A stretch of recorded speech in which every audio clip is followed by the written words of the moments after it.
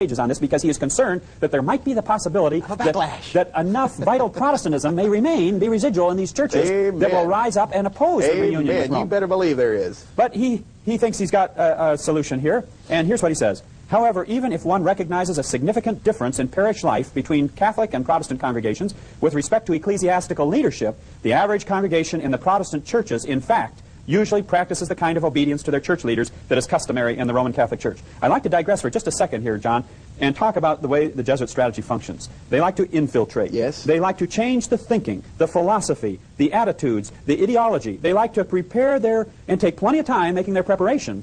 And then when the time comes to strike, they strike with lightning speed when they feel that they have gained what they're wanting through the honeycombing of the structure that they're working with. This happened in Eastern Europe. In fact, by the early 1980s, Malachi Martin says that the preponderance of the Eastern Orthodox bishops and Russian Orthodox bishops were prepared to accept the primacy of the Pope. And when they knew their hour of infiltration had reached far enough, then they struck. Bang, bang, bang, bang, and all those nations fall at their feet.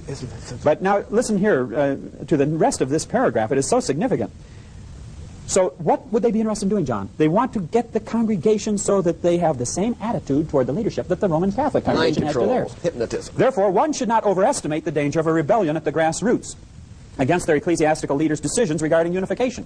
On the basis of their theological expertise and their religious conscience, the representatives of this ecclesiastical leadership can decide in favor of church unity and can also work with sufficient zeal among the church members to gain their understanding for this decision. So if a grassroots rebellion starts, all that has to happen is for the ecclesiastical leadership to be a little more zealous and use their expertise that the average person doesn't have to knit them into the fold as they go step by step. And I will say this, it is a step-staged process. Yes. Step-stage process. We have absolutely seen that. Now, a number of other significant things that Rainer brings out in this book, John, is that in the world church to be that the Jesuits envision, each church will keep its own structure.